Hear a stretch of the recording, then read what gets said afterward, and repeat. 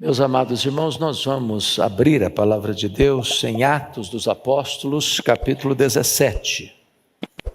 Atos dos Apóstolos, capítulo 17, a partir do verso 16 até o verso 34. Peço que você, após a leitura, mantenha a sua Bíblia aberta nesta passagem comigo. O discurso de Paulo em Atenas.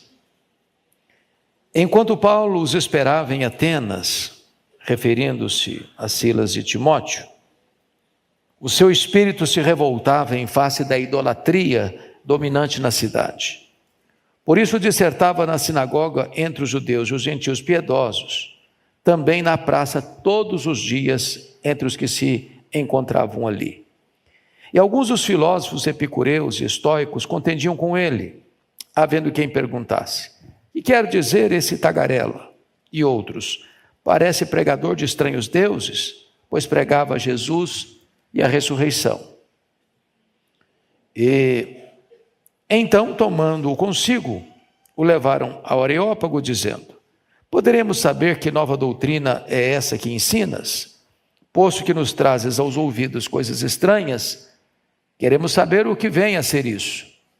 Pois todos os de Atenas e os estrangeiros residentes de outra coisa não cuidavam, senão dizer ou ouvir as últimas novidades."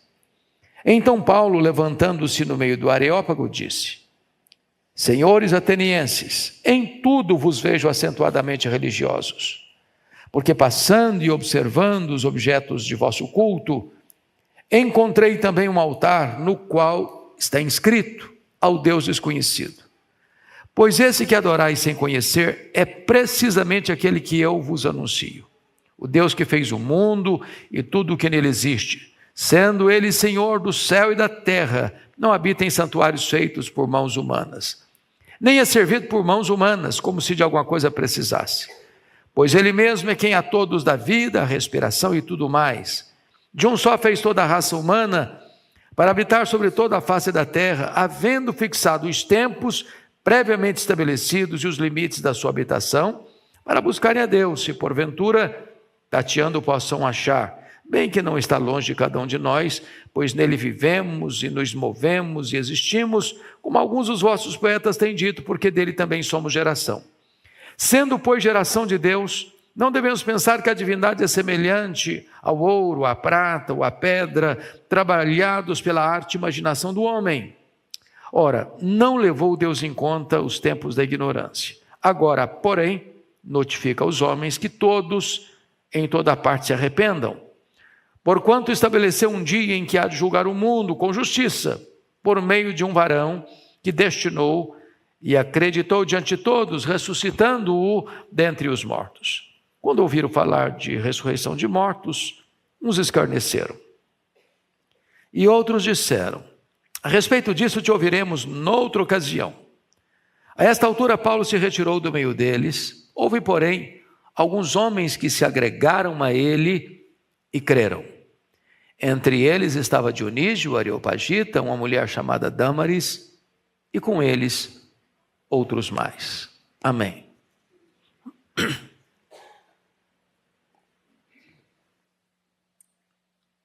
Hoje eu quero adotar um método distinto, diferente.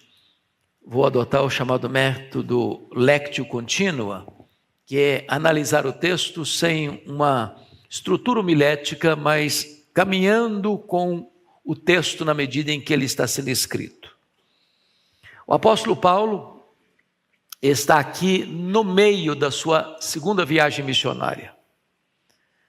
Ele já tinha passado por uma cidade que era uma colônia romana, Filipos, já tinha passado também por Tessalônica, que era a grande capital da província da Macedônia, terra de Alexandre o Grande, já tinha também passado por Bereia, e em todas essas cidades enfrentando muitas dificuldades, perseguição, sendo escorraçado, expulso, enxotado. E ele chega então em Atenas como que corrido, às pressas, por fugir, sair de Bereia, deixando para trás até mesmo seus colegas de equipe missionária, Timóteo e Silas, e chega agora nessa cidade que é a capital intelectual do mundo. É a terra dos grandes luminares da filosofia, a terra de Péricles, de Sócrates, de Platão, de Aristóteles, a terra dos luminares do pensamento humano, dos homens que encheram bibliotecas com a sua erudição. E diz o texto que ele chega nessa cidade, que é uma cidade extremamente culta e ao mesmo tempo extremamente idólatra. Para vocês terem uma ideia, na época que Paulo esteve aqui, segundo Plínio, havia mais de 30 mil estátuas dedicadas aos deuses em Atenas. E se levou Suetônio a afirmar que para cada pórtico, para cada casa, havia um altar a uma divindade diferente. Era uma floresta de ídolos. Era uma cidade aspergida pela cultura humana e ao mesmo tempo entregue à mais densa ignorância e cegueira espiritual. Isso retrata que QI elevado, capacidade intelectual avançada, cursos de mestrado, doutorado, pós-doutorado, não abre o campo da visão espiritual. É possível que você tenha uma pessoa extremamente culta e ao mesmo tempo rendida à mais tosca ignorância espiritual. Isso aconteceu em Atenas. Isso levou Diógenes a satirizar como Atenas, saindo certa feita, meio-dia, sol a pino, com a lanterna acesa na mão, procurando atentamente alguma coisa, e quando alguém o aborda e disse: o que você procura, Diógenes? Ele respondeu: eu procuro um homem, porque nessa terra só tem deuses. Era uma terra de muitos deuses. E é aqui que Paulo chega, e agora eu peço que você acompanhe comigo o raciocínio. Então, ele vai nos informar, no versículo 16, que enquanto Paulo os esperava em Atenas, ele está se referindo, conforme o verso 15, a Silas e Timóteo que tinham ficado para trás. O seu espírito se revoltava em face da idolatria dominante na cidade. Então, note você que Paulo não é um turista. Paulo não chega em Atenas como se hoje fosse com um telefone na mão, tirando foto, admirando os monumentos, que beleza, que arquitetura, lá está o Partenon, tão belo, tão extraordinário, tantos templos dedicados a tantos deuses. Não, o espírito dele se revolta. Aquilo que entristece a Deus, entristece a Paulo. Aquilo que afronta a Deus, afronta o espírito de Paulo. E ele não está encantado com a beleza da cidade, não. Ele está, conforme o texto disse aqui, revoltado, o espírito revoltado em face da idolatria. Não é da idolatria, não, da idolatria dominante. Em outras palavras, a cidade está rendida aos ídolos, debaixo do governo, do controle dos ídolos. Agora, não adianta ficar só revoltado, não. Ele toma uma decisão, ele faz algo por causa disso. Por isso o verso 17 diz: por isso, em consequência disso, ele fazia o quê? Dissertava na sinagoga entre os judeus e os gentios piedosos. Paulo tinha uma estratégia. Chegava numa cidade, se tinha uma sinagoga, é para lá que ele ia em primeiro lugar. Por quê? Porque lá na sinagoga tinha quem? Judeus. Tinha mais quem? Gentios, prosélitos, chamamos de pessoas piedosas, convertidas ao judaísmo. E por que ele ia para lá? Porque essas pessoas já acreditavam no Antigo Testamento. Qual era o papel dele na sinagoga? Era provar para eles, dissertar, argumentar com eles, que este Jesus que ele está anunciando é o Messias. Então esse era o ponto dele. Mas não apenas ele ia para a sinagoga, conforme o texto nos diz, mas ele também, versículo 17, todos os dias ele estava na praça, entre os que se encontravam ali. Entendamos, praça para os gregos não é praça como nós temos hoje, com jardins, com bancos, com árvores, não. Praça era a ágora dos gregos, e a ágora dos gregos era o local onde as pessoas expunham as suas ideias, onde os filósofos discutiam a sua cosmovisão, onde as pessoas olhavam para os grandes oradores gregos e não, eu sou partidário do orador A, eu sou partidário do orador B, onde as pessoas definiam a sua cosmovisão e seguiam uma filosofia de vida. Então, notem o verso 18. E alguns dos filósofos, que estavam certamente na praça, epicureus e estoicos, contendiam com ele. A pergunta é, quem são esses pensadores? Primeiramente, olhe comigo os epicureus. O que eles pensavam? Os epicureus tinham uma filosofia de vida, que era o seguinte: o prazer é a razão da vida. Eu vivo para o prazer. Não tem amanhã, não tem acerto de conta, não tem eternidade, não tem juízo final. A vida é só o pequeno percurso do berço à sepultura. Então vamos beber todas as taças dos prazeres, vamos curtir a vida. E o lema deles é: comamos e bebamos, porque amanhã morreremos. Paulo vai dizer para esses filósofos: não, senhor, tem acerto de conta sim, tem juízo final sim, tem um juiz escalado sim, tem uma prestação de conta sim, e é preciso que todos se arrependam, porque esse dia do juízo vai chegar. Então ele está destruindo os pilares da filosofia epicurista. Mas tem mais, ele estava discutindo também, diz o texto aí, com os filósofos estoicos. E quem são os estoicos? O que pensavam os estoicos? Os estoicos eram fatalistas. Os estoicos defendiam a tese de que a vida está fechada num claustro onde o homem não consegue sair. Ele está debaixo de um destino implacável. É a filosofia da Gabriela Cravo e Canela. Eu nasci assim, eu cresci assim, eu vou morrer assim. Não tem saída, não tem esperança, não tem mudança, não tem jeito. E Paulo diz: não, vocês estão errados. Estão errados. Deus não levou em conta os tempos da ignorância, mas agora notifica a todos os homens em todos os lugares que se arrependam. É possível ter mudança sim. Deus é o Deus que perdoa pecado sim. Deus é o Deus que abre a porta da salvação sim. Deus é o Deus que dá a chance e a possibilidade do homem ter uma nova vida, um novo coração, uma nova mente, uma nova família, uma nova pátria. É possível ser salvo e sair dessa prisão que a filosofia estoica pregava. Bom, diante das argumentações de Paulo, alguém pergunta lá, havendo quem perguntasse, verso 18, que quer dizer esse tagarela? A palavra tagarela é uma palavra muito curiosa no grego. A palavra significa aqueles pássaros que ficavam nos esgotos comendo sementes. O que estão falando de Paulo é o seguinte: Paulo está falando o que ele não entende. Ele não é como nós, filósofos, que pregam a ideia que nós construímos. Ele está falando palavras a esmos. Ele está falando sem entender o que está falando. Ele é um tico-tico no fubá, diríamos nós hoje.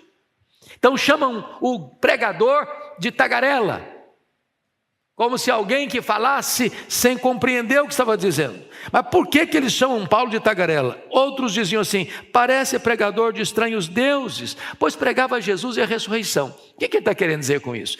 Atenas tinha mais de 30 mil deuses, mas eles não tinham escutado sobre esses dois que estão falando aqui, Jesus e a ressurreição. Na cabeça deles, Paulo está pregando mais duas divindades que eles não conheciam, uma masculina, Jesus, e outra feminina, a ressurreição. Para eles a ressurreição era como se fosse uma divindade. Então eram estranhos deuses para eles. Então vejam vocês que a cidade mais culta do mundo da época acha que o pregador do evangelho é um tagarela e acha que Jesus é um Deus desconhecido para eles. É um Deus estranho para eles. Estranhos deuses. Agora, qual a consequência disso? Versículo 19. Então tomando consigo levaram ao Areópago, dizendo: poderemos saber que nova doutrina é essa que ensinas? Preste atenção. Na cidade mais culta do mundo, o pregador é um tagarela. Jesus é um Deus estranho. E mais do que isso, para eles isso é uma nova doutrina. É algo completamente estranho. Irmãos, é curioso isso, porque hoje, se você sair pelo mundo afora e perguntar quem é Jesus, as pessoas não conhecem, não sabem a história do cristianismo, não sabem que ele é o Filho de Deus, que ele nasceu, que ele viveu, que ele operou milagres, que ele morreu, que ele ressuscitou, que ele voltou para o céu, que ele está no trono, que ele voltará, que ele é o único nome dado entre os homens pelo qual importa que sejamos salvos. Mesmo nos redutos mais cultos do mundo. Então pegam Paulo e levam para o Areópago. O Areópago não é apenas um maciço rochoso na cidade de Atenas, não. Areópago era o supremo tribunal dos gregos, onde ninguém podia ensinar uma nova ideia, uma nova filosofia na cidade, embora tão eclética, sem passar pelo filtro e sem passar pela aprovação desse supremo tribunal dos gregos, que era o Areópago. Então, Paulo é levado para lá, para dar explicações. Queremos saber que nova doutrina é essa que ensinas. Eles não conheciam o Evangelho, eles não conheciam Jesus. E eles explicam, versículo 20: posto que nos trazes aos ouvidos coisas estranhas. Então o pregador é um tagarela, Jesus é um Deus estranho para eles, é uma nova doutrina. Eles estão querendo saber que coisa estranha é essa, que venha a ser isso. Agora, por favor, bota na tela para mim versículo 21, para toda a igreja ler comigo. Vamos ler juntos o versículo 21, toda a igreja. Pois todos os de Atenas e os estrangeiros residentes de outra coisa não cuidavam, senão dizer ou ouvir as últimas novidades. Meus irmãos, isso é para mim muito impactante. Porque Paulo está numa grande metrópole. Ele acaba de chegar na cidade. Ele percorre a cidade.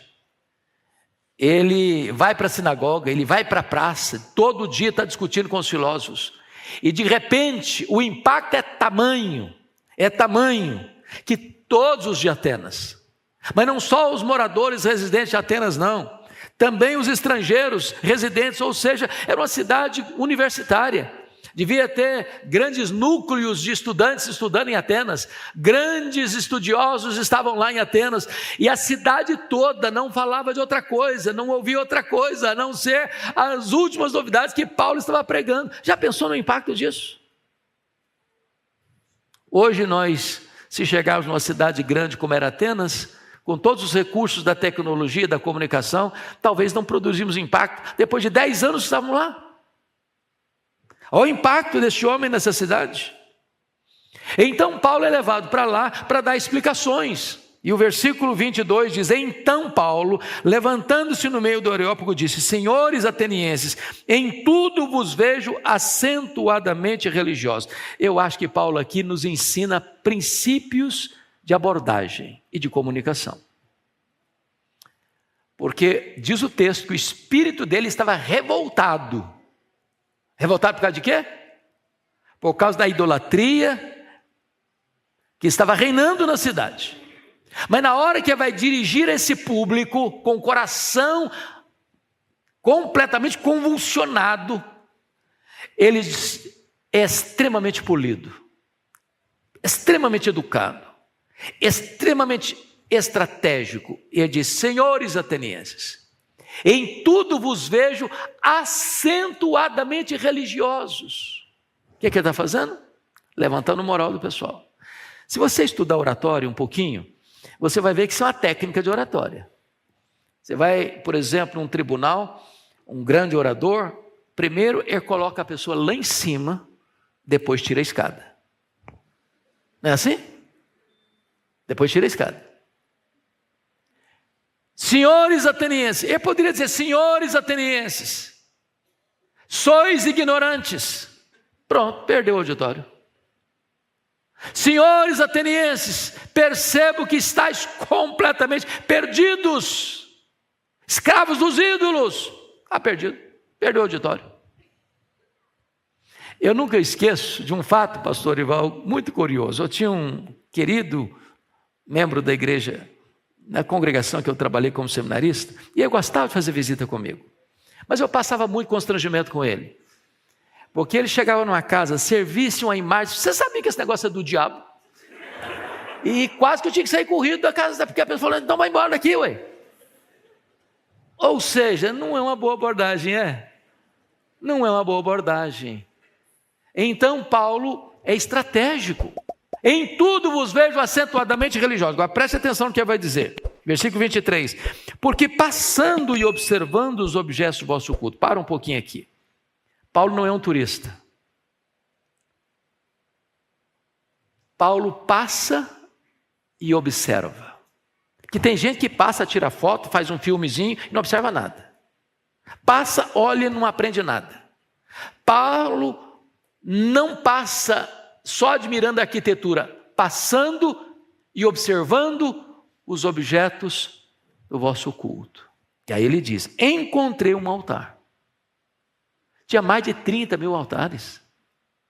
Eu encontrei um altar. E nesse altar estava escrito: ao Deus desconhecido. Paulo pega o gancho.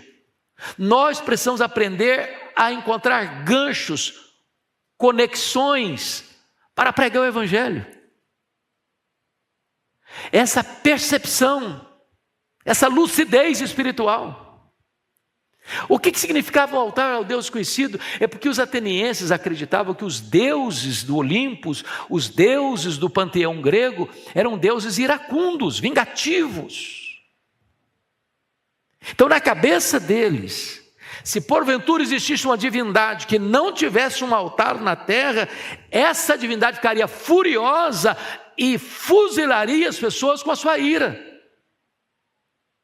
Então, com medo de que porventura alguma divindade tenha sido esquecida, o que eles fizeram? Levantaram em Atenas um altar genérico, sem rótulo,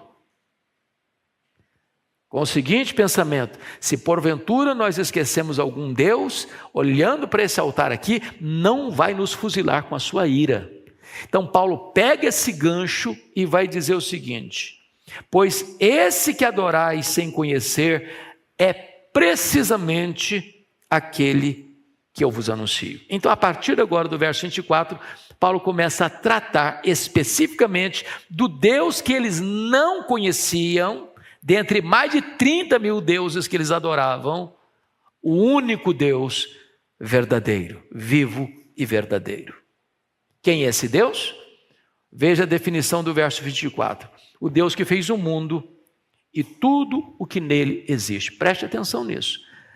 As ideias evolutivas já estavam lá em Atenas como semente.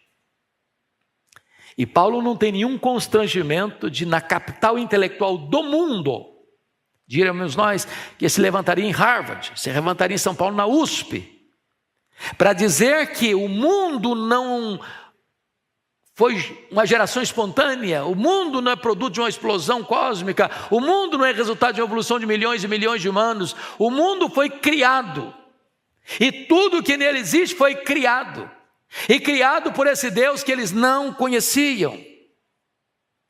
Mas esse Deus não é apenas o Criador. O verso 24 diz: sendo Ele Senhor do céu e da terra. Ou em outras palavras, esse Deus não é uma divindade tribal, esse Deus não é um ídolo forjado pelo homem, esse Deus é o Criador e Ele é o Senhor do céu e da terra, Ele é o Senhor do universo. E tem mais: não habita em santuários feitos por mãos humanas. Bom, aqui ele está desconstruindo toda a ideia de muitos templos e vários altares para que essas divindades sejam adoradas. Deus não cabe em nenhum templo que o homem constrói com as suas mãos.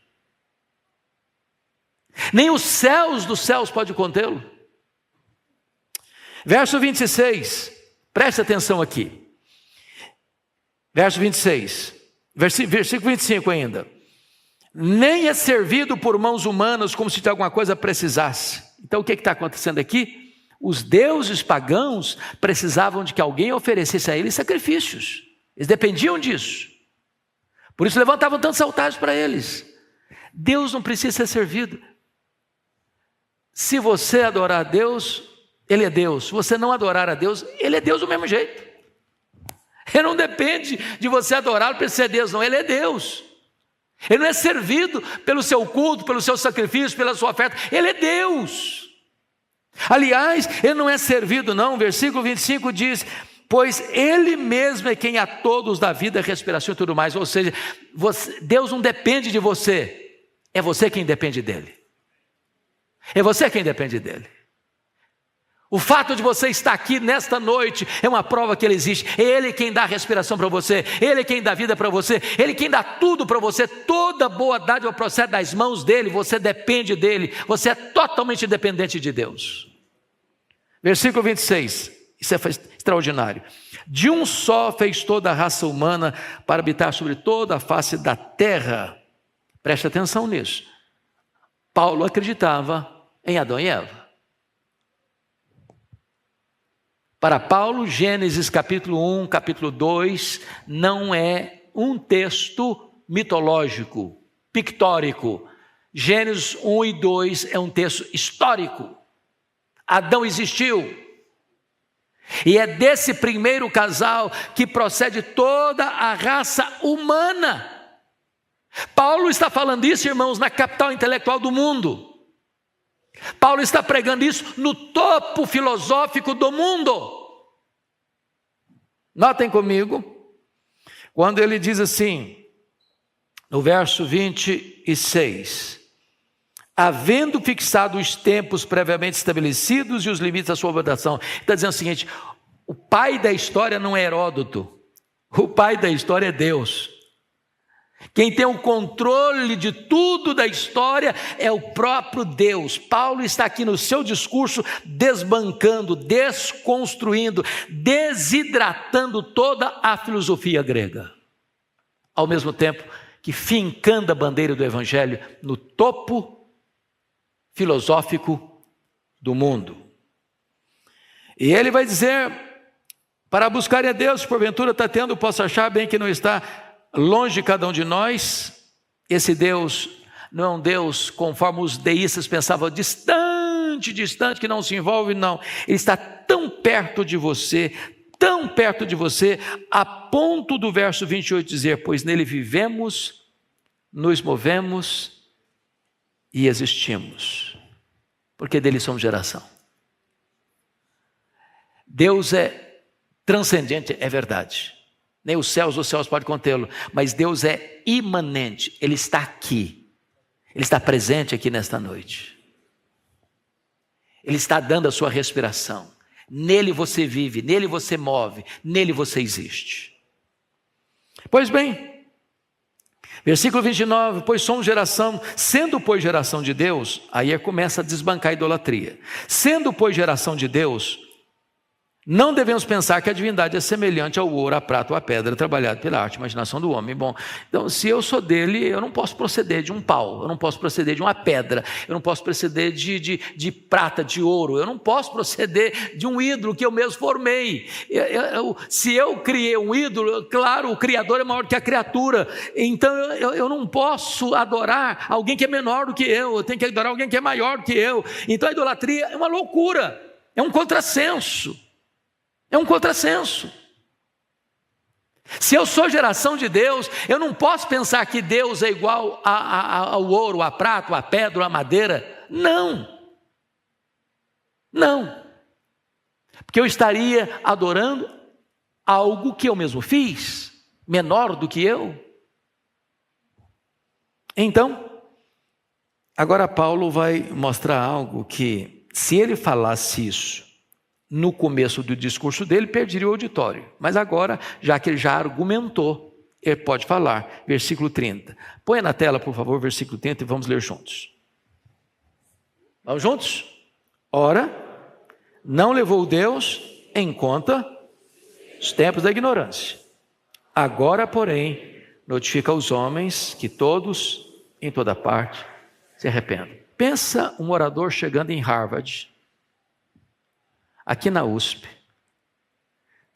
professores e alunos reunidos, e diz, Deus não levou em conta os tempos da ignorância, chamou todo mundo de ignorante.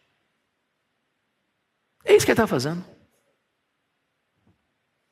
Os intelectuais, os grandes pensadores, os grandes filósofos, os grandes cientistas, os grandes professores,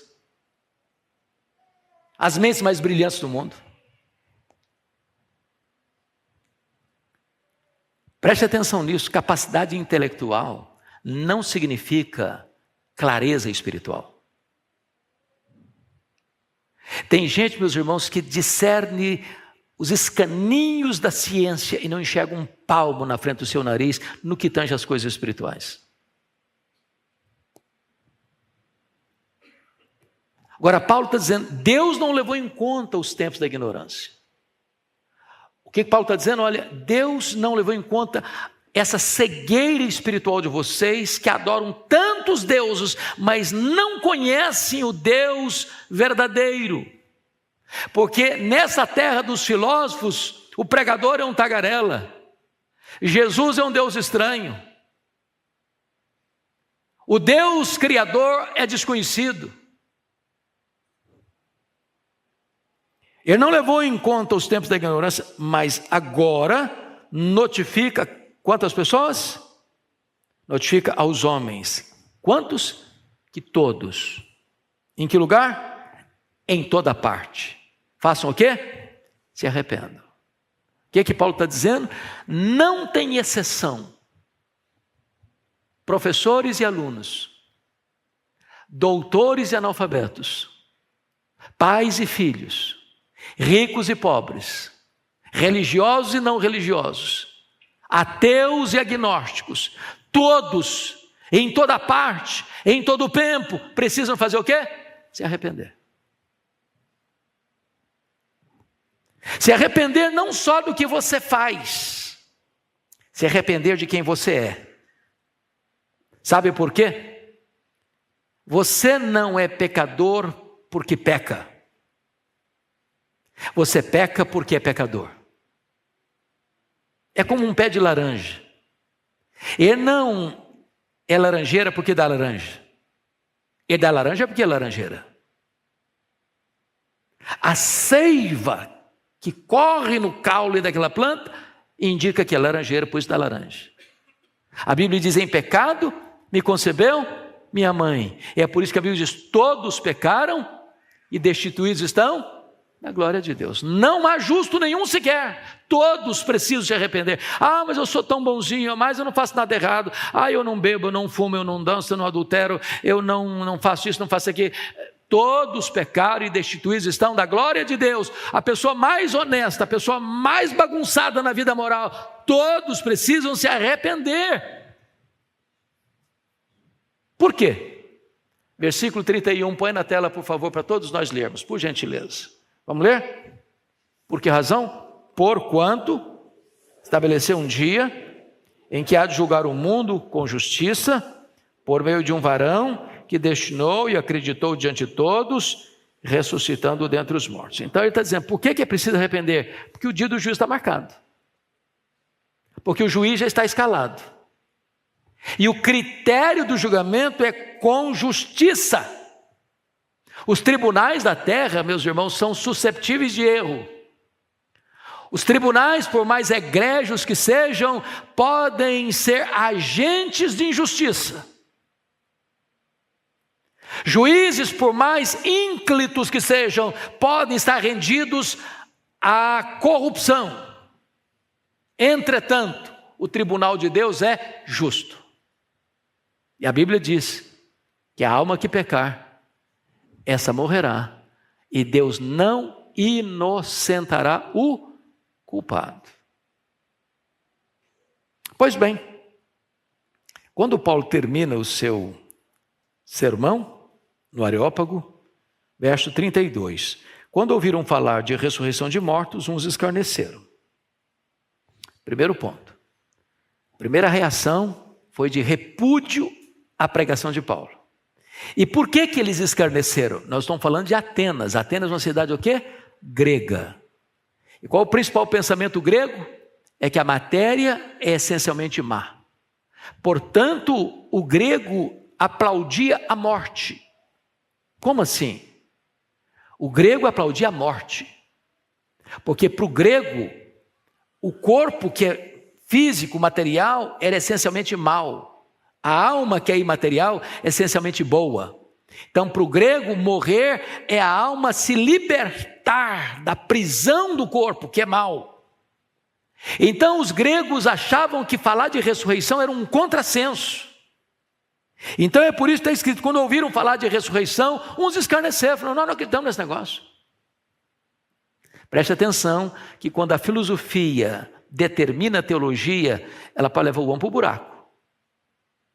É por isso que nós temos que ter cuidado com as ideologias e com as filosofias, porque elas carregam dentro delas um sistema de valores que pode estar na contramão do cristianismo.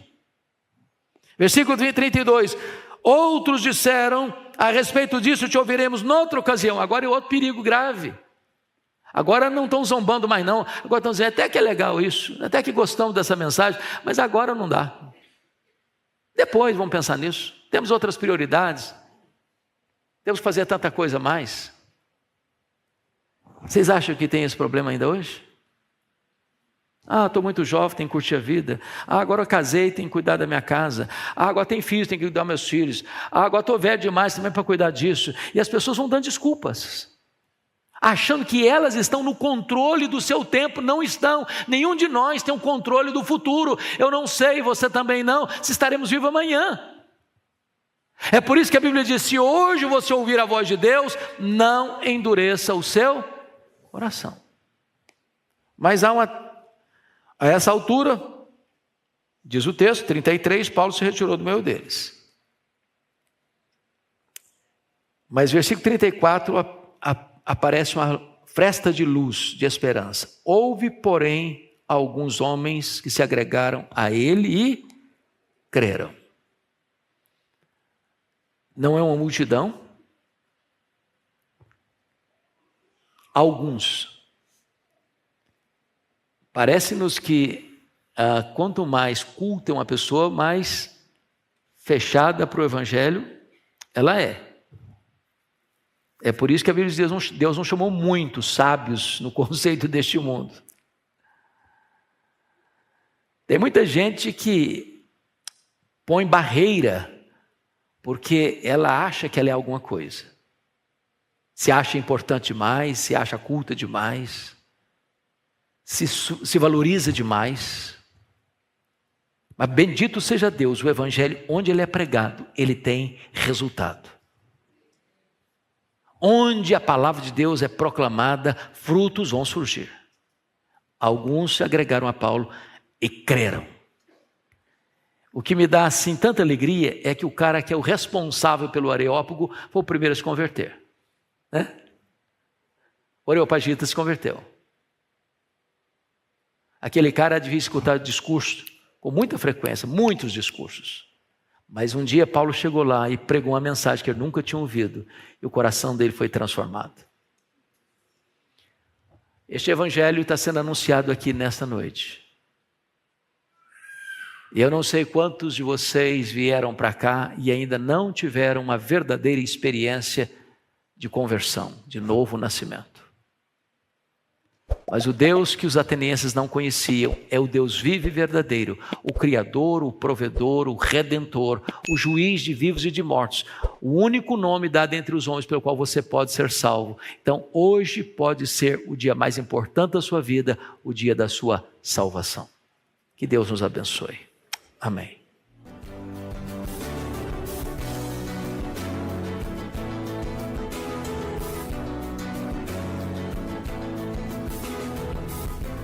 Palavra da Verdade, com Hernandes Dias Lopes.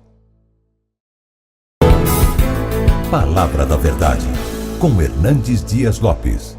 O texto que eu vou ler, eu creio que todos vocês devem saber de cor. É Filipenses 4, verso 4. Então abra sua Bíblia comigo nesse texto. Filipenses 4, 4. Eu estou usando a versão Revista e Atualizada, a ARA. E nesta versão diz assim: alegrai-vos sempre no Senhor. Outra vez digo, alegrai-vos. A igreja pode repetir comigo? Alegrai-vos sempre no Senhor. Outra vez digo, alegrai-vos. Amém, amém. Eu começo pedindo permissão a você para lhe fazer uma pergunta. Na verdade, uma pergunta pessoal. Eu estou convencido de que você não gosta de perguntas pessoais. Aliás, nós não gostamos de pergunta pessoal, porque toda pergunta pessoal invade a nossa privacidade. Toda pergunta pessoal nos põe contra a parede E nós não gostamos que ninguém invada a nossa vida sem pedir licença. Mas vou lhe fazer essa pergunta como se nós estivéssemos uma conversa bem particular. E a pergunta é esta: você é uma pessoa feliz? Você é uma pessoa feliz?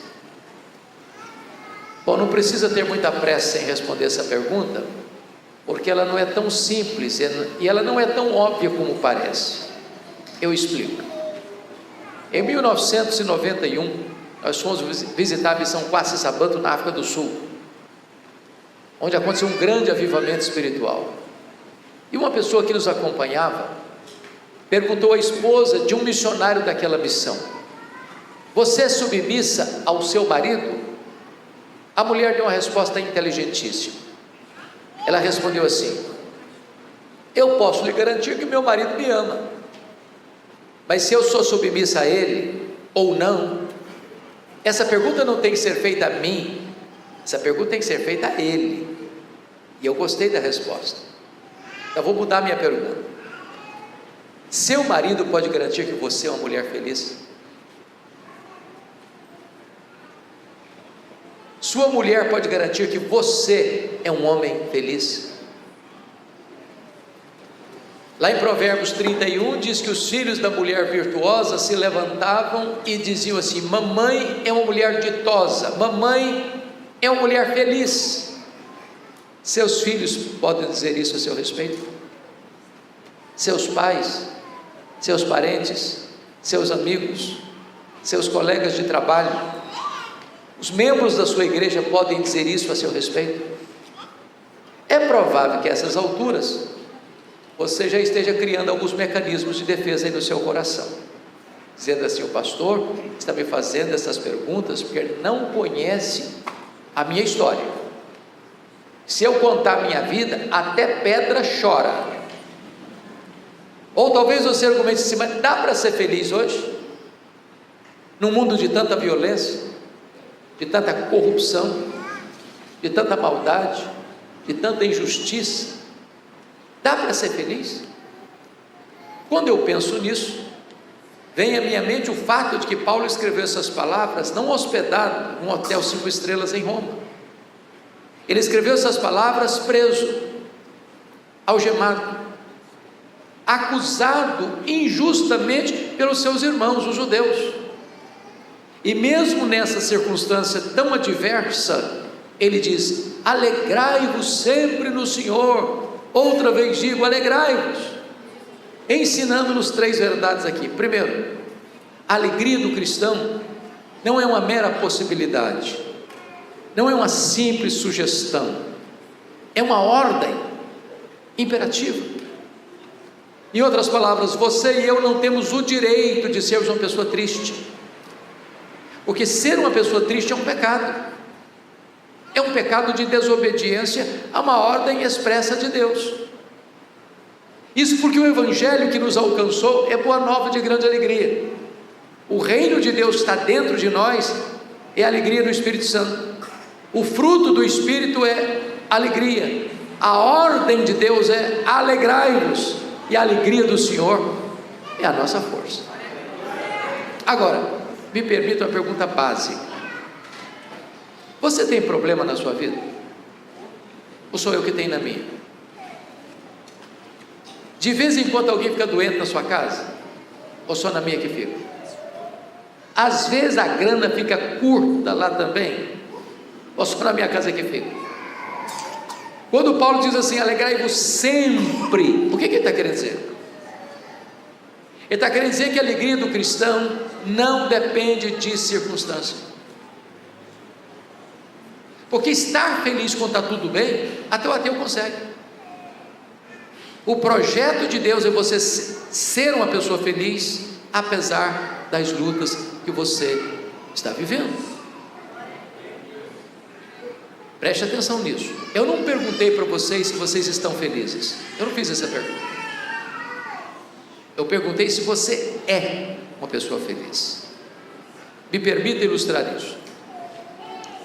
Talvez vocês já ouviram falar num advogado que viveu nos Estados Unidos, em Chicago, no século XVIII, aliás, século XIX.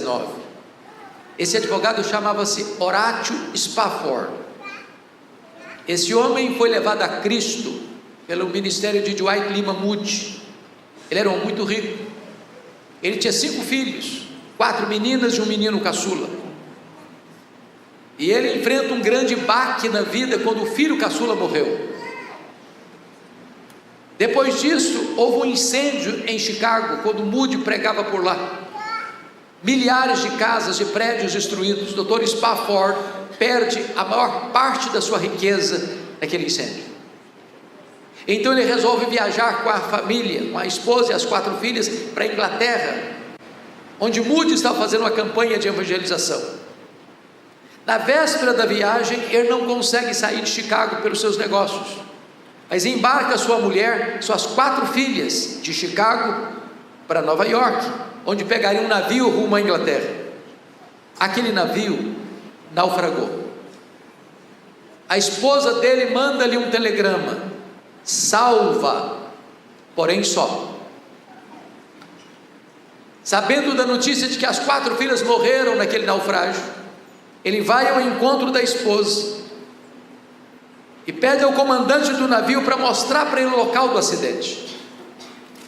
E quando ele vê o local onde suas filhas foram engolidas pela fúria das águas, o Deus que inspira canções de louvor nas noites escuras colocou no coração dele uma música, e ele a escreveu.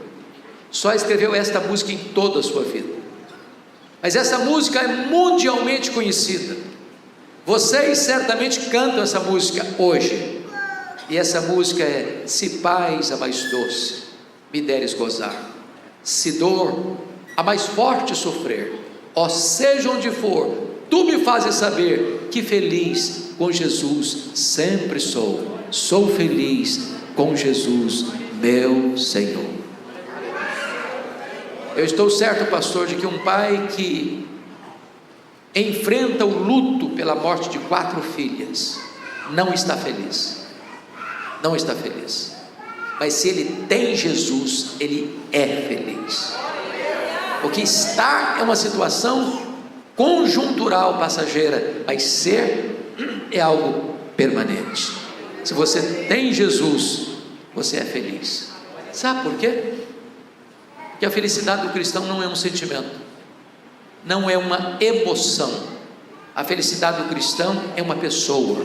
A felicidade do cristão é Jesus. Então, a felicidade do cristão é imperativa, é ultra circunstancial, é cristocêntrica.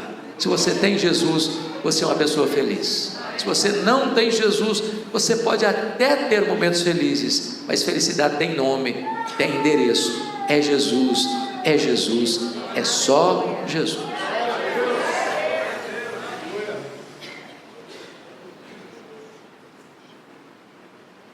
Mas eu não preciso ser uma pessoa tão entendida da alma humana para descobrir uma coisa: nem todos os crentes salvos pela graça estão desfrutando desta alegria,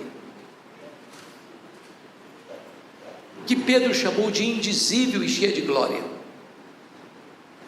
Basta você olhar para o semblante de alguns crentes, parece que é uma aura de tristeza no rosto.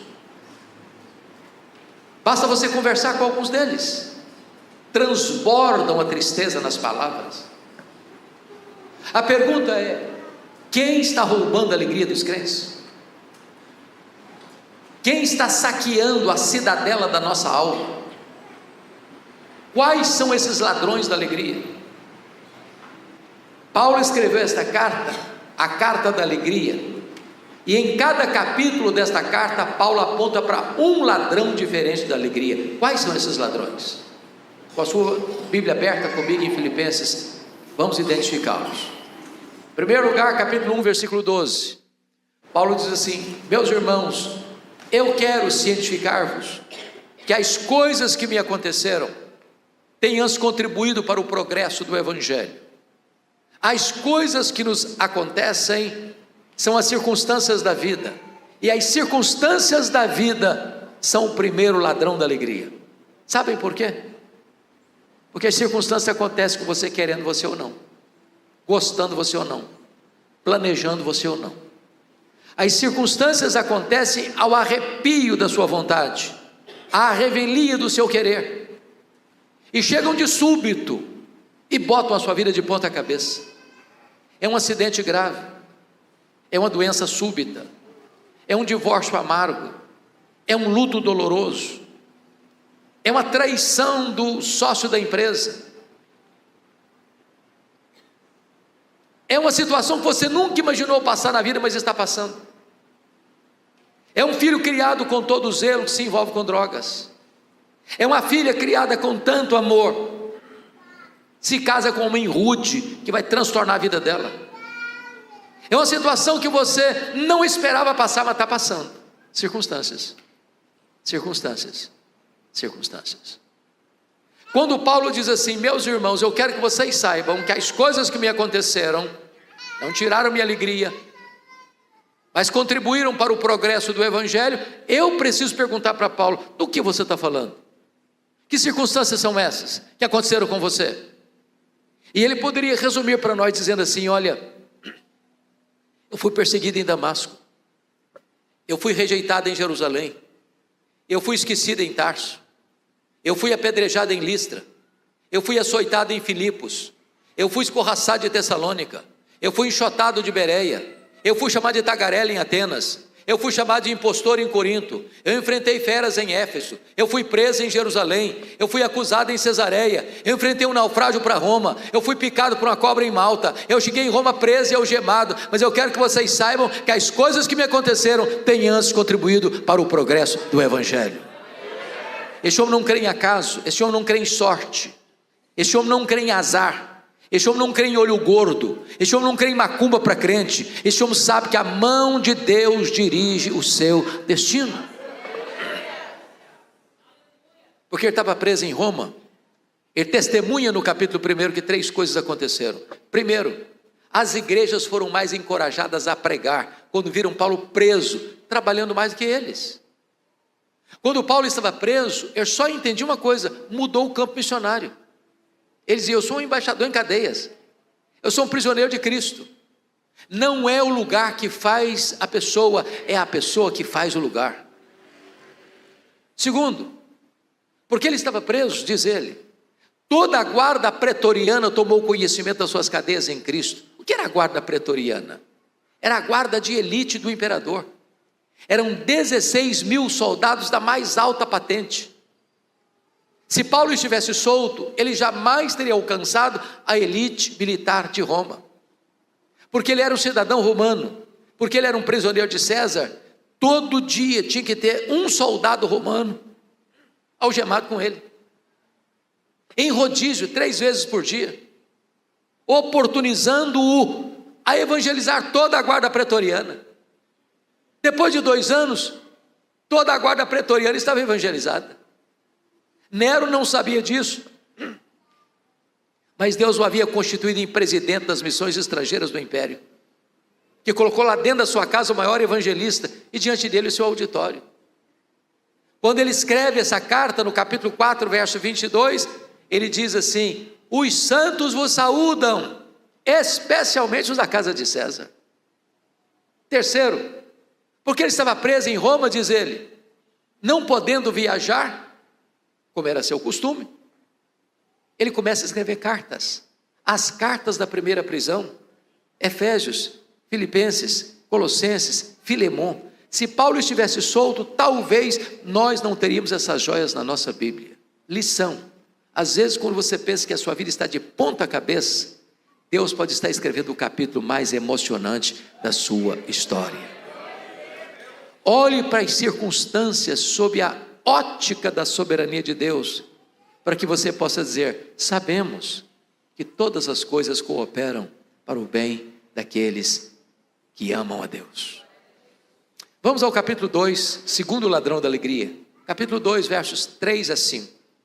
Paulo diz assim: nada façais por partidarismo ou vanglória, mas por humildade, considerando cada um outro superior a si mesmo.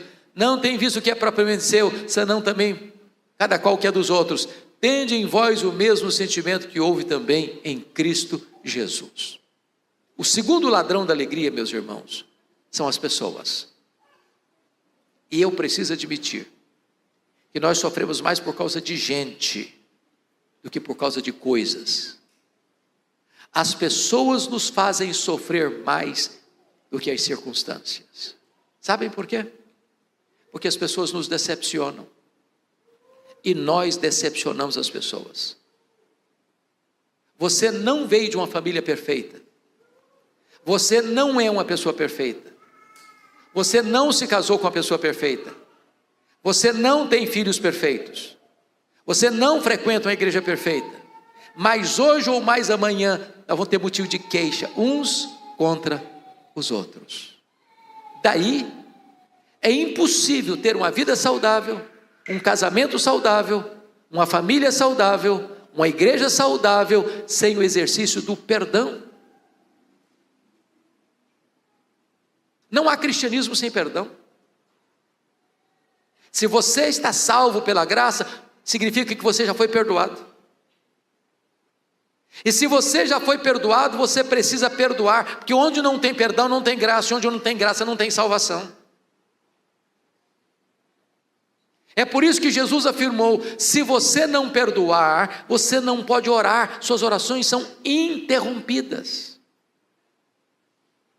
1 de Pedro 3 diz que se o marido não tratar bem a sua mulher, as suas orações são interrompidas.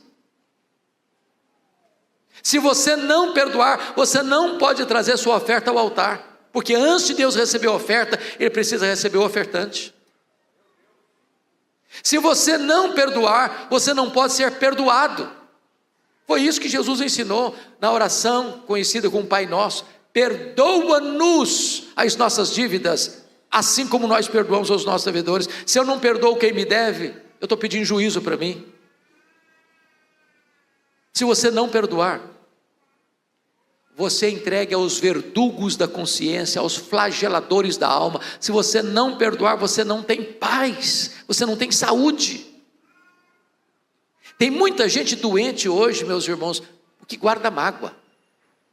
A Organização Mundial de Saúde diz que mais de 50% das pessoas que passam por um hospital são vítimas das chamadas doenças psicossomáticas.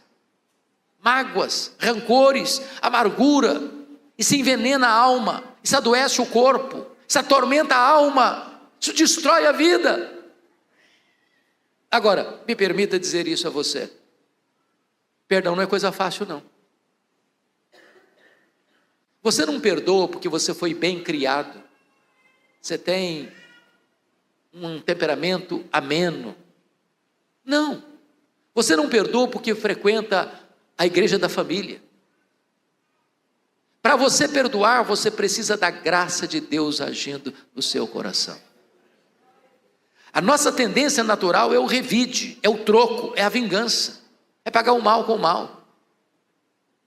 Mas a única maneira de você vencer o mal é com golpes de bondade, é pagando o mal com o bem, é perdoando.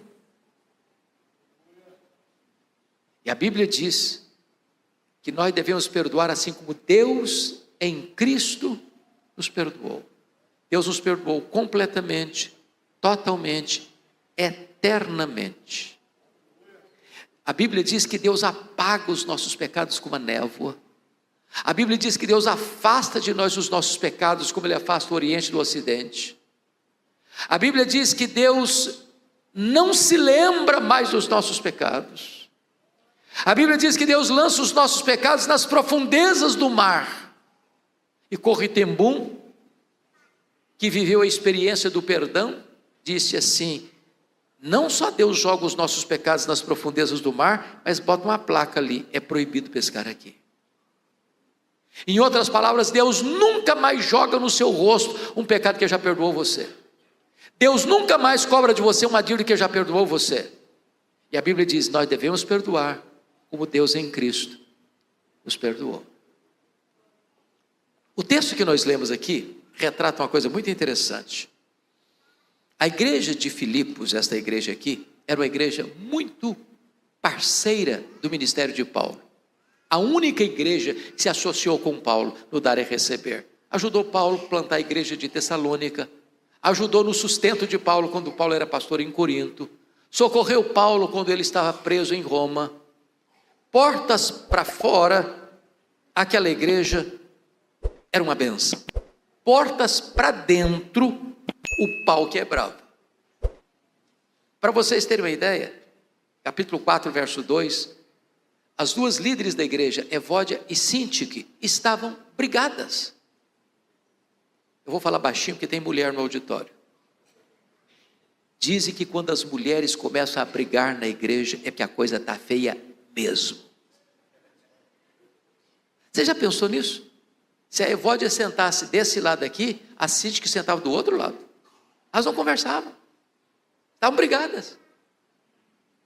Tinha gente na igreja de Filipos que trabalhava na igreja desde que ele aparecesse. Vanglória. Tinha gente na igreja de Filipos que trabalhava desde que o grupinho dele aparecesse. Partidarismo. Tinha gente na igreja de Filipos que era narcisista, só pensava nele mesmo e não no que era dos outros.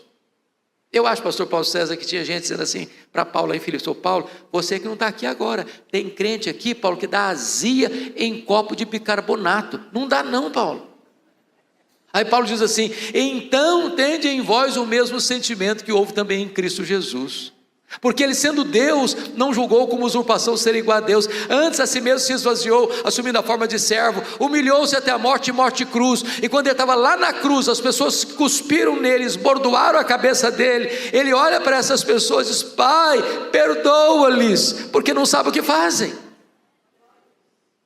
Eu quero encorajar você em nome de Jesus a fazer um telefonema, a mandar uma mensagem, a fazer uma visita, a perdoar e ser perdoado, porque se você não perdoar, as pessoas vão roubar a sua alegria.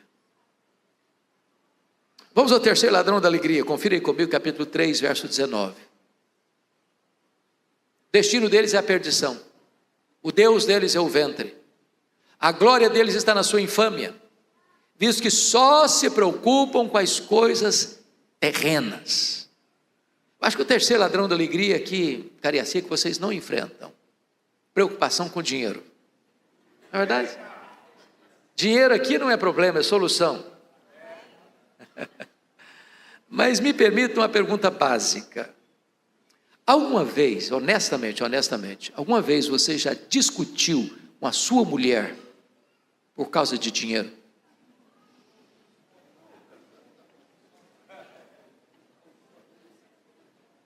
Alguma vez você já discutiu com o seu marido por causa de dinheiro? Ora, se vocês falarem para mim que nunca, eu vou duvidar da honestidade de vocês. Sabe por que as pessoas discutem por causa de dinheiro?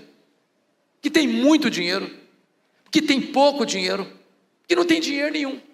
Sempre discutem. O dinheiro é o maior pomo de discussão da família contemporânea. Porque algumas pessoas só se preocupam com as coisas terrenas.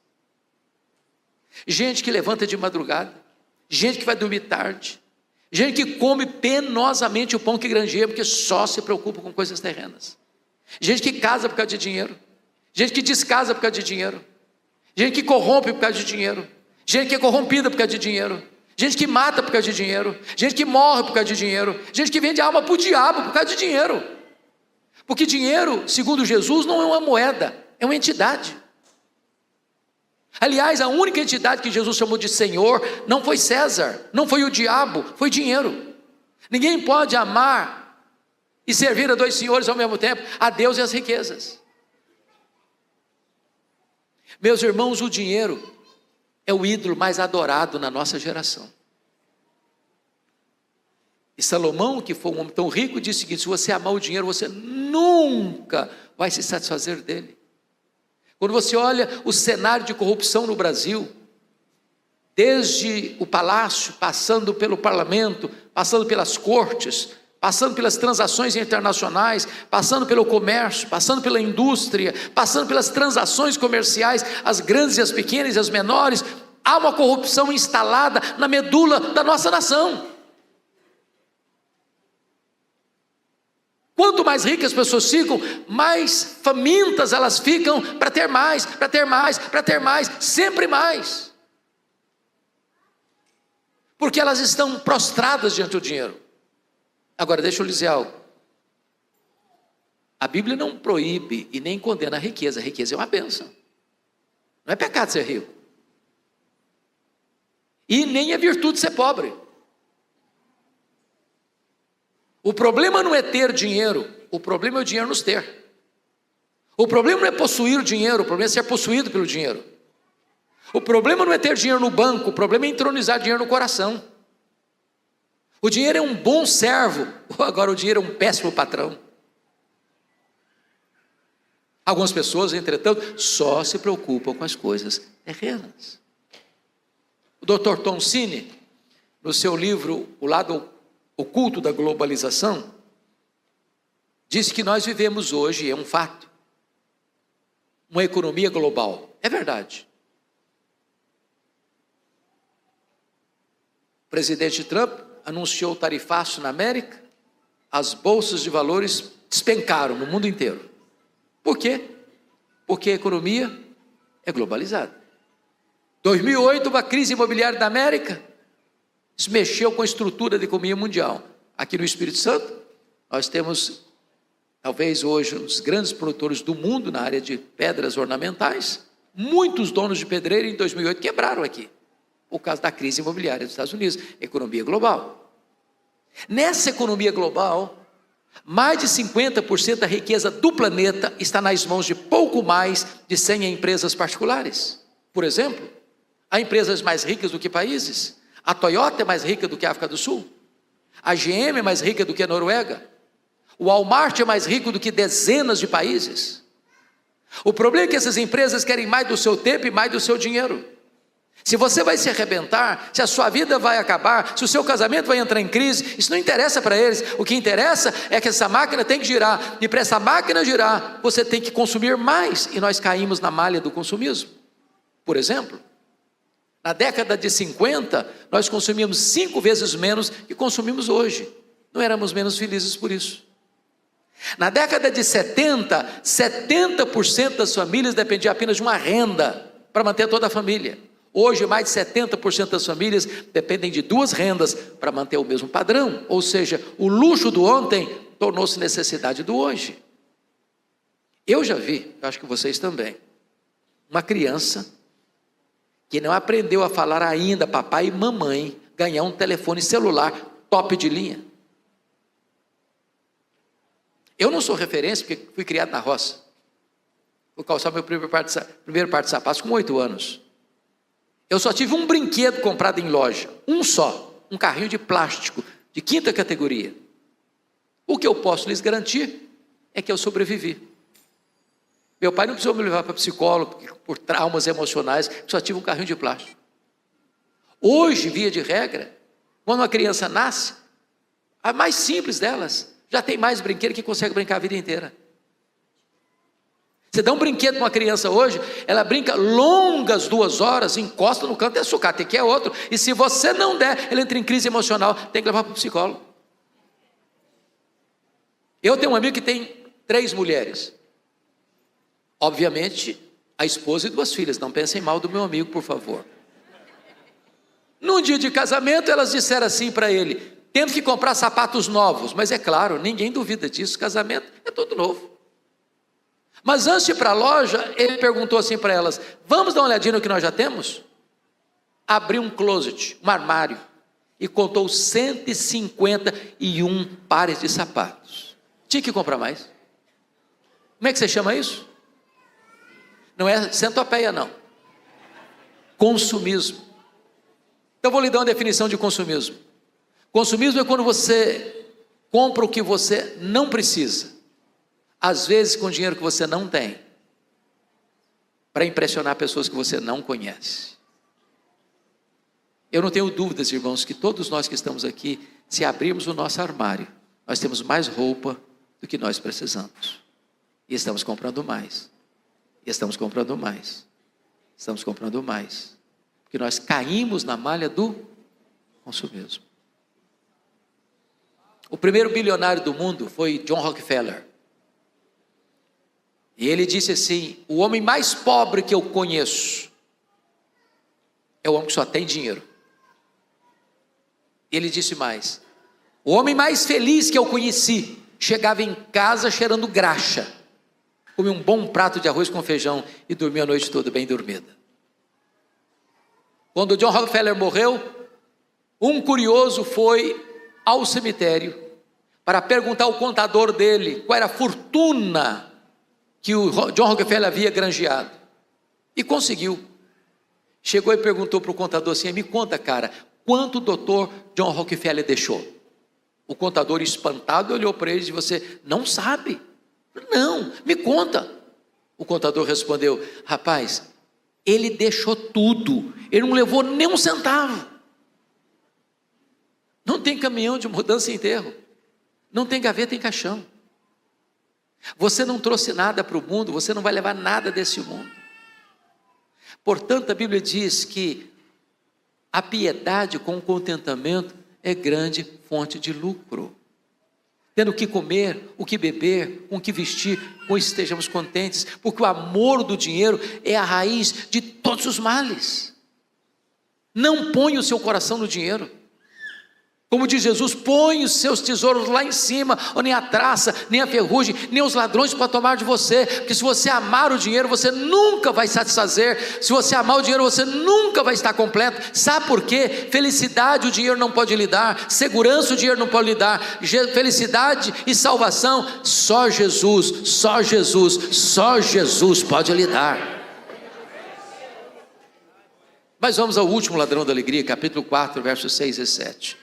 Paulo diz assim: não andeis ansiosos de coisa alguma, em tudo porém sejam conhecidas diante de Deus as vossas petições pela oração e pela súplica, com ações de graças, e a paz de Deus, que excede todo entendimento, guardará o vosso coração e a vossa mente em Cristo Jesus. O quarto ladrão da alegria é a ansiedade.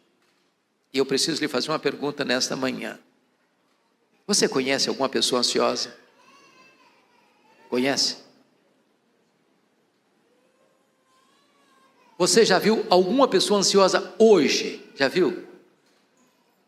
Eu tenho certeza, você se olhou no espelho antes de vir para cá.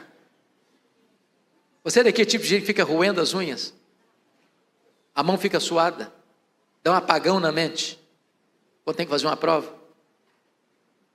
Ou daquele tipo de gente que o problema está lá na China, você pensa que está batendo na porta da sua casa? Ou daquele tipo de gente que quando não tem problema, você cria um que não sabe viver sem problema? Irmãos, a ansiedade é o mal desse século. Atinge pessoas de todas as faixas etárias, de todos os estratos sociais, de todos os credos religiosos. Pasmem vocês, até as crianças estão ansiosas hoje.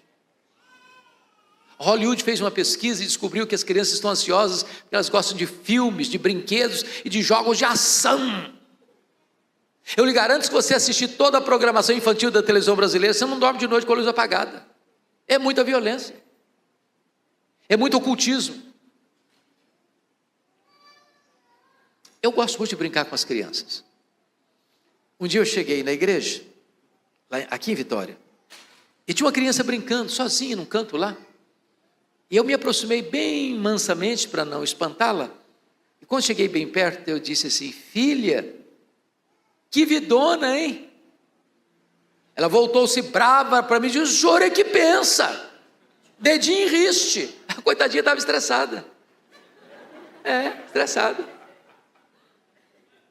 Sabia o que significa a palavra ansiedade no grego? Foi escrito no Novo Testamento: estrangulamento, apertar o pescoço, tira o oxigênio.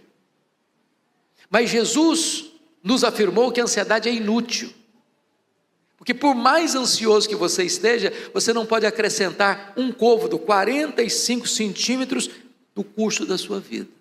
Mas sabe por que é inútil? Porque 70% dos assuntos que nos deixam ansiosos nunca vão acontecer. A gente sofre antecipadamente e sofre desnecessariamente. Mas pior ainda, a ansiedade é prejudicial. Sabe por que é prejudicial? Porque eu antecipo um problema, sofro por ele como se eu estivesse acontecendo, e tem chance de 70% não acontecer. E se vier a acontecer, vou sofrer 2 vezes, sem energias para enfrentá-lo. Me permita ilustrar isso. Eu fui seminarista nos idos de 78, 81, lá em Campinas, São Paulo. Um dia eu levanto de madrugada para beber água, só tinha um bebedor no corredor. E eu estou em pé por pé, porque está de madrugada, não quero acordar ninguém. Quando eu estou passando na frente do quarto de um colega, a porta estava aberta. E eu olho, ele estava chorando, convulsivamente, soluçando muito.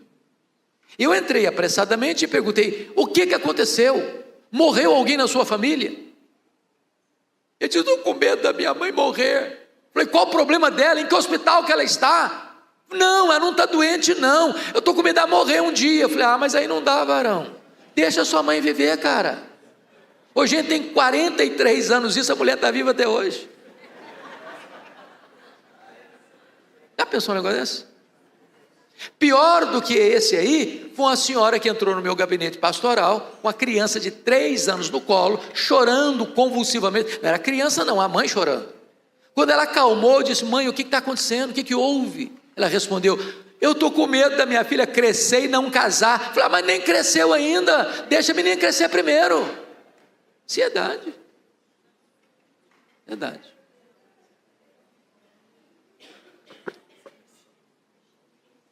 Mas Jesus disse mais ainda: a ansiedade é um sinal de incredulidade. Incredulidade. Os gentios que não conhecem a Deus é que se preocupam com todas essas coisas.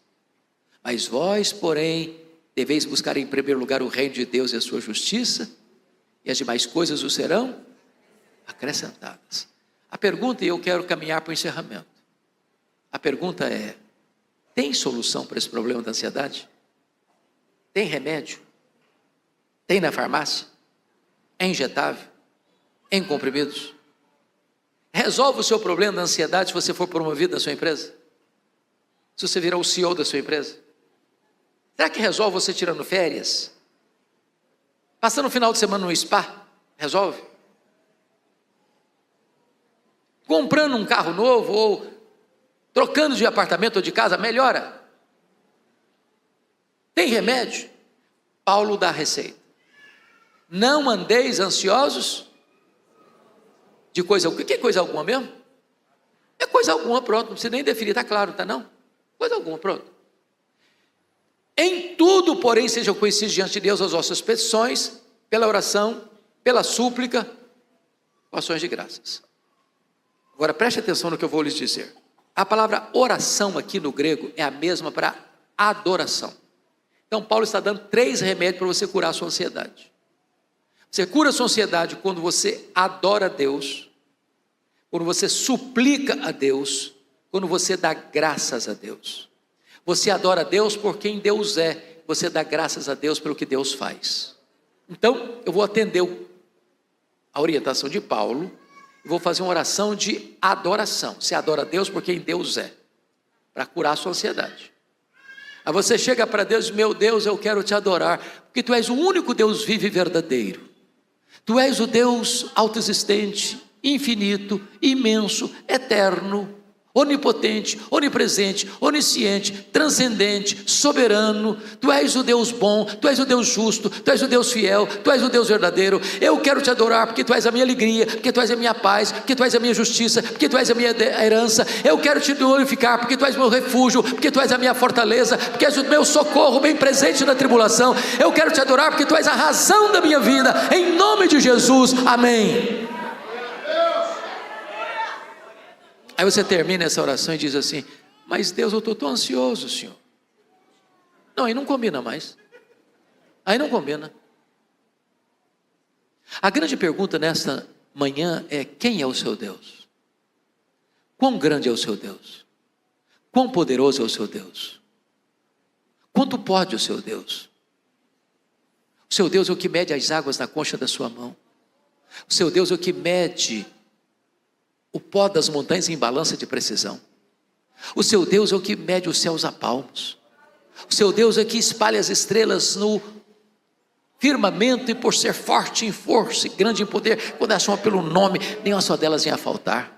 O seu Deus olha para as nações da terra e considera todas elas como um pingo que cai de um balde, como um pó numa balança de pressão, como um vácuo, como nada, como menos do que nada. O seu Deus é o todo-poderoso Deus. Ele está sentado no trono, Ele rege o universo, Ele controla as nações, Ele dá vida, Ele tira a vida, Ele exalta, Ele humilha, Ele põe no trono, Ele tira do trono. O seu Deus controla o universo. O seu Deus é poderoso para cuidar da sua vida.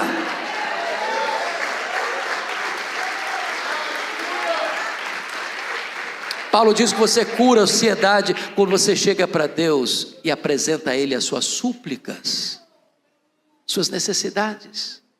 Ele é seu Pai, Ele ama você, Ele conhece você, Ele conhece as suas dores, Ele conhece as suas lágrimas, Ele conhece as suas noites sem dormir, Ele conhece o silêncio da sua alma machucada e ferida pelos traumas da vida. Ele sabe o seu nome, Ele conhece o seu passado, Ele conhece o seu futuro, Ele ama você, Ele cuida de você. Tira essa mochila pesada da ansiedade das suas costas, põe esse fardo aos pés do Senhor Jesus, porque Ele tem cuidado de você.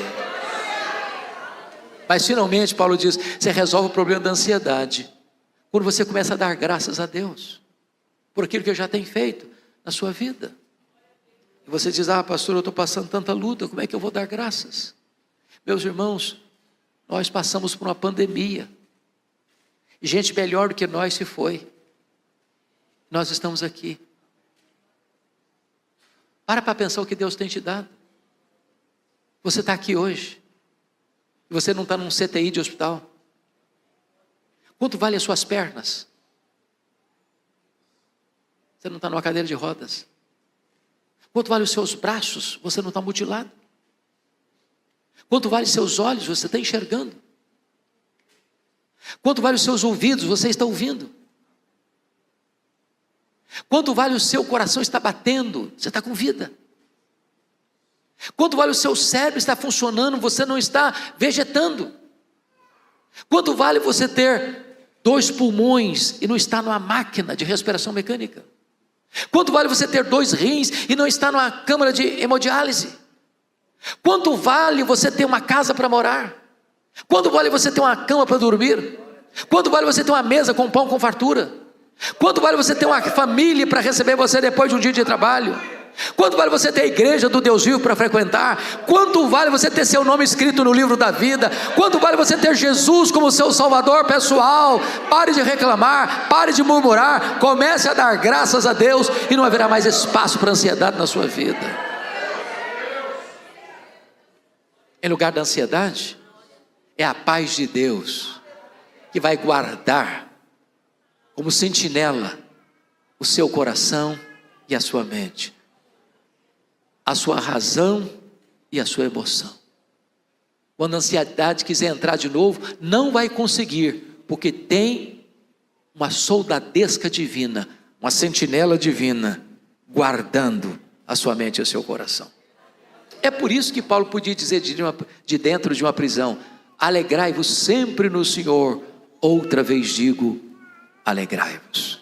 Eu termino com 2 brevíssimas aplicações. A primeira delas, fui certa feita convidado a ouvir um pregador muito conhecido. E eu fui com muita expectativa. Quando eu chego lá, o pregador disse assim, meus irmãos, o projeto de Deus na sua vida é fazer você santo e não fazer você feliz. Eu tomei um susto, porque a primeira parte eu entendi perfeitamente, sede santos, porque eu sou santo, diz o Senhor. Mas a segunda eu não entendi, que não é projeto de Deus nos fazer felizes. Então eu fui pesquisar, eu fui estudar, e encontrei a resposta.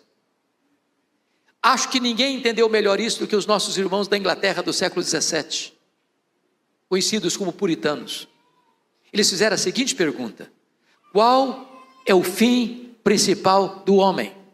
E eles responderam: o fim principal do homem é glorificar a Deus e gozá-lo para sempre. Aí eu tenho que concordar com o pastor batista John Piper, quando ele disse assim: o problema do homem não é a busca da felicidade, não é a busca do prazer, não é o hedonismo. O problema do homem é contentar-se com a felicidade pequena demais, terrena demais, limitada demais, quando Deus nos criou e nos salvou para a maior de todas as felicidades, a felicidade de amá-lo, de fruí-lo, de glorificá-lo, de contemplá-lo, de viver para a glória dele, porque é na presença de Deus que tem plenitude e alegria, e é na destra de Deus que tem delícias perpetuamente. Então eu quero dizer para você nesta manhã, que Deus quer que você seja muito feliz, abundantemente feliz, maiusculamente feliz, superlativamente feliz, eternamente feliz. Alegrai-vos sempre no Senhor. Outra vez digo, alegrai-vos. Mas a última aplicação, e eu encerro, é pedindo a você permissão para lhe fazer uma pergunta.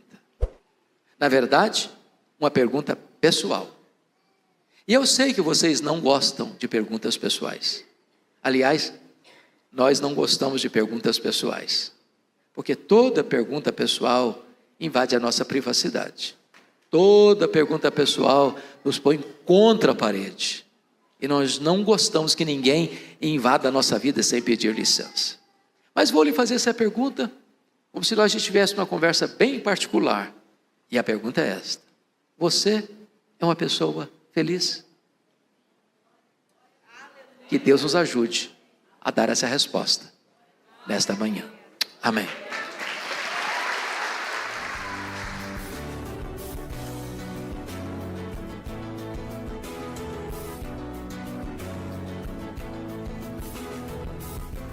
Palavra da Verdade, com Hernandes Dias Lopes.